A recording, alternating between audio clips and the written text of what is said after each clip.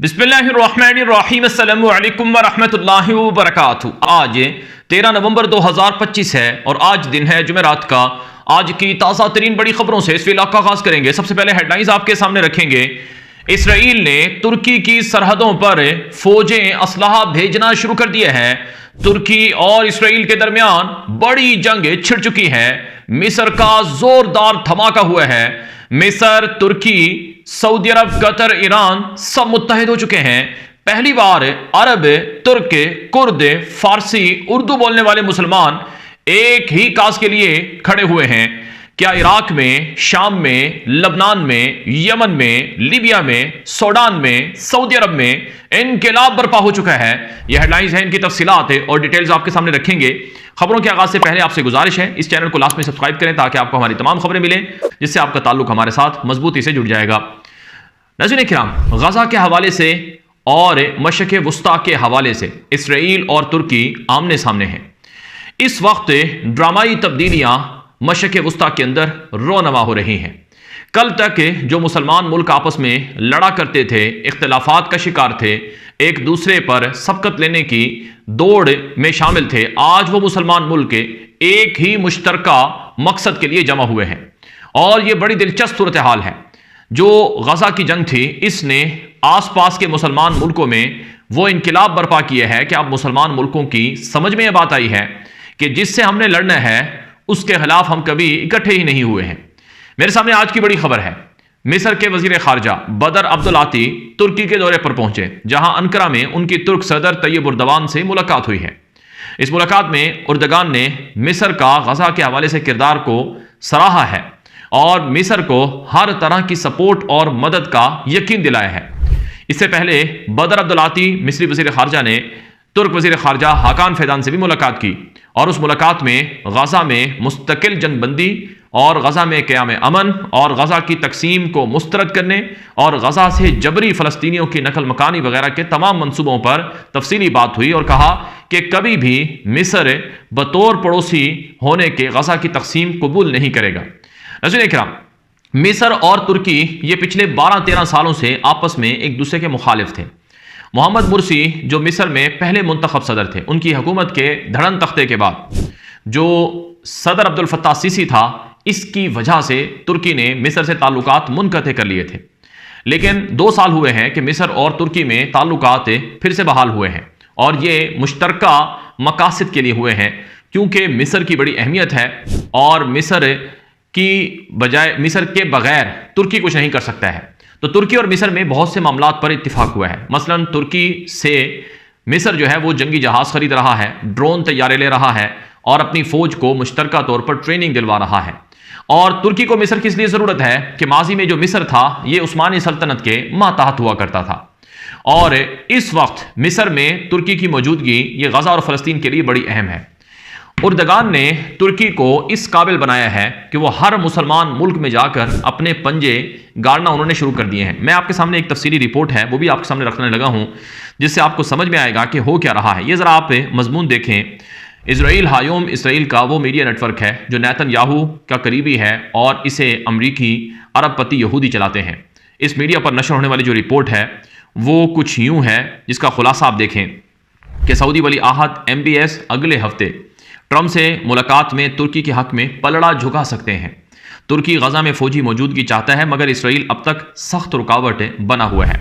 Saudi ज़राए बताते हैं कि सऊदी अरब का मौक़िफ़ है कि तुर्की ही हमास को कंट्रोल कर सकता है और हमास तुर्कों पर कभी हमला नहीं करेगा। ट्रंप प्लान को आगे बढ़ाने के लिए इसराइल से जाली या ज़ाहिरी गैर मुसल्लहा हमास को करने का मुआहिदा मनवाया जा सकता है ताकि तुर्की को गजा में जगह मिल सके। इस पूरे मंसूबे को UAE ख़तरनाक और नाकाबिल एतमाद समझता है और कहता है कि न तुर्की न कतर गजा के लिए मुनासिब हैं। सऊदी और इमाराती पॉलिसी में वाज़ेह इख्तिलाफ पैदा हो चुका है। सऊदिया खामोशी प्लस अमरीकी मुराआत चाहता है, जबकि UAE हकीकी हल चाहता है। सऊदी अरब के अंदर भी पुराने गार्ड और नई क़यादत के दरमियान गजा पॉलिसी पर सख्त तकसीम है। तुर्की इस मंसूबे के जरिए इस्लामी दुनिया में अपना मकाम मजबूत करना चाहता है, मिस्र को पीछे धकेल कर। अब यहाँ मिस्र को पीछे धकेलने वाली बात इसराइली अखबार ने लिखी है, लेकिन यह 100% दुरुस्त नहीं है, वरना मिस्र का वजीर खारजा क्यों गया है तुर्की के अंदर मुलाकात के लिए? इसराइल को डर है कि तुर्क मौजूदगी से हमास दरअसल कमज़ोर नहीं बल्कि छुप कर मजबूत हो जाएगा। ये एक मजमून है जिसका मैंने खुलासा आपके सामने रखा है। ये ज़रा आप दूसरा भी मजमून देख लें, रिपोर्ट देख लें इजराइल हायोम की, जिसका खुलासा ये है कि तुर्की ने ऐलान किया है कि वो 2000 तुर्क फौजों पर मबनी ब्रिगेड बना रहा है जो ट्रंप के गजा प्लान के तहत इंटरनेशनल स्टेबलाइजेशन फोर्स में हिस्सा लेगी। ये इसराइल के लिए नया स्ट्रेटेजिक चैलेंज है। इसी वक्त तुर्की ने 37 इसराइली सीनियर एहलकारों बशमूल वजीर आज़म और हुकूमत के दीगर लोगों के वारंट गिरफ्तारी जारी किए हैं। ये गजा में तुर्क असर और रसूख बढ़ाने की बड़ी मुहिम का हिस्सा है। अंकारा ने गजा में तुर्क NGOs, तामीराती मशीनरी, इमदादी ग्रुप्स और बड़े साइज के तुर्क झंडों के जरिए अपनी मौजूदगी बहुत तेजी से बढ़ा दी है, जो एक सिविलियन कोर की शक्ल में इसके मिलिट्री फुटप्रिंट को मजबूत करेगा।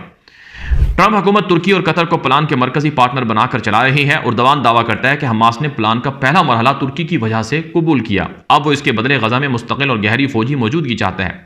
तुर्की की इस मुदाखलत का बड़ा मकसद मशरक़ वस्ता में तुर्की को सबसे बड़ा सुन्नी लीडर बनाना, इसराइल के इर्द गिर्द स्ट्रेटेजिक प्रेशर जोन बनाना ताकि इसराइल हर महाज पर तुर्की के दबाव में रहे। तुर्की इसराइल का सबसे खतरनाक इलाकाई मुकाबिल समझा जाता है। फौजी ताकत, टेक्नोलॉजी, इब्राहिम अकॉर्ड्स और मुख्तलिफ तरह की जदीद तिजारती जो मुहिम है उसमें तुर्की और इसराइल आमने सामने है। तुर्की हमास को अपनी सुन्नी इस्लाम दुनिया की क़यादत का मरकजी सतून समझता है, इसलिए अंकारा चाहता है कि हमास सियासी तौर पर ताकतवर रहे, गजा में उसका असर बरकरार रहे और वो कभी ख़त्म ना हो। गजा में तुर्की की फौजी मौजूदगी, उर्दवान का ट्रंप से करीबी ताल्लुक मिलकर ईरान कतर के बगैर एक नए प्रो तुर्की कैंप को ताकतवर बना रहा है। ये दूसरा मजमून है जिसका खुलासा मैंने आपके सामने रखा है। नाज़रीन किराम, हकीकत क्या है? हकीकत यह है कि इसराइल का जो मीडिया है वो तुर्कों की मिस्र से लड़ाई बताता है और सऊदी अरब की तुर्की से लड़ाई बताता है, लेकिन सच क्या है? सच यह है कि पहली बार तुर्क, कुर्द, अरब, फारसी और उर्दू बोलने वाले सारे मुसलमान इकट्ठे हुए हैं और वो गजा और फ़लस्तीन के लिए मुत्तहिद हुए हैं। इस वक्त तुर्की अमलन गजा में फ़ाल किरदार अदा कर चुका है और कर रहा है। तुर्की की टीमें मौजूद है गजा के अंदर और कतर की टीमें भी गजा में मौजूद हैं और मिस्र अमलन गजा में जो इसराइल के मंसूबे हैं वो नाकाम बना चुका है। अगर आपको याद हो, ये जो गजा के अंदर इसराइल का प्लान था कि गजा के लोगों को निकालकर उन्हें मिस्र के बॉर्डर पर धकेल दिया जाए। इसराइली वज़ीर आज़म ने कितनी दफ़ा कहा कि मिस्र ने बॉर्डर बंद किया हुआ है, मिस्र बॉर्डर क्यों नहीं खोलता है ताकि गजा के लोग मिस्र में चले जाएं। जब गजा के लोगों को गजा से निकाल कर मिस्र धकेला जाएगा तो फिर गजा पर किसका कब्जा होगा? गजा में यहूदी बसेंगे आकर, गजा में इसराइली सहयूनी आबाद होंगे।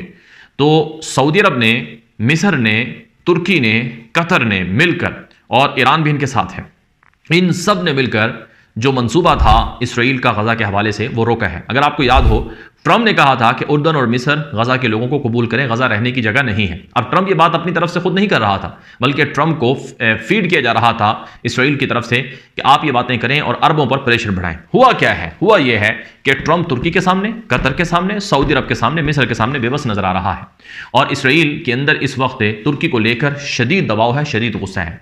यही नहीं नाज़रीन किराम, यूनान जो कि तुर्की का रिवायती हरीफ है, मुखालिफ है, यूनान के अंदर इसराइल ने असलाह भेजना शुरू कर दिया है। यूनान के मुख्तलिफ इलाकों में फ़ौजें भी रवाना की गई हैं। मुख्तलिफ तरह का असलहा और जंगी जहाज़ों के ज़रिए से यूनान के साथ मिलकर तुर्की के खिलाफ इसराइल एक नया महाज खड़ा किए हुए है। जहां इसराइल तुर्क सरहदों पर फ़ौजें भेज रहा है, हथियार भेज रहा है, वहीं नाज़रीन इकराम तुर्की ने भी इसराइल के चारों तरफ, यानी उर्दन में, यानी मिस्र में, यानी गजा में और यानी कि शाम और लबनान वगैरह में भी अपनी फ़ौजें और ताकत और असर नफूस को बढ़ा दिए हैं। ये वो सारी चीज़ें हैं जो इस वक्त इसराइल को परेशान कर रही हैं और मुस्तकबिल के हवाले से इसराइल को बहुत ज़्यादा गुस्सा दिला रही हैं। यहाँ पर मैं आपके सामने एक अमेरिकन सियासतदान है जो कि ख़ुद यहूदी भी है, रॉडी फाइन, उसका एक स्पीच है, उसका हवाला दूंगा, जिसमें उसने कहा कि इस वक्त हमें दुनिया में हर जगह से निकाला जा रहा है। मुझे डर है कि अगर हमने अभी कुछ ना किया अपने लिए और हम खड़े ना हुए तो एक दिन हम अमेरिका से भी निकाल दिए जाएंगे, इसलिए हमें खड़ा होना पड़ेगा। ये एक अमेरिकन सियासतदान यहूदी जो शख्स है रॉडी फाइन, उसकी स्पीच का ये मैंने आपके सामने हवाला रखा है। दूसरी तरफ नाज़रीन इकराम, रिपोर्ट्स ये बता रही हैं कि सऊदी अरब अमेरिका के साथ एक तारीखी फ़ौजी मुआहिदा करने जा रहा है और वो मुआहिदा ऐसा होगा जिसमें सऊदी अरब को F-35 जहाज़ मिलेंगे और $150 अरब से ज़ायद का असलहा अमेरिका सऊदी अरब को देगा। तो कतर को, सऊदी अरब को, तुर्की को अमेरिका जो असलहा दे रहा है, इस पर इसराइल को शदीद एतराज़ है। इसराइली मीडिया बता रहा है कि अमेरिका इसराइल को पीछे छोड़कर अरबों से पैसे लेकर उनके साथ तिजारती दिफाई ताल्लुकात मजबूत करके इसराइल को परेशान कर रहा है। अब तक के लिए इतना ही, मज़ीद तफसीलात आएंगी। इजाज़त दीजिए। अस्सलामु अलैकुम रहमतुल्लाहि व बरकातुहू।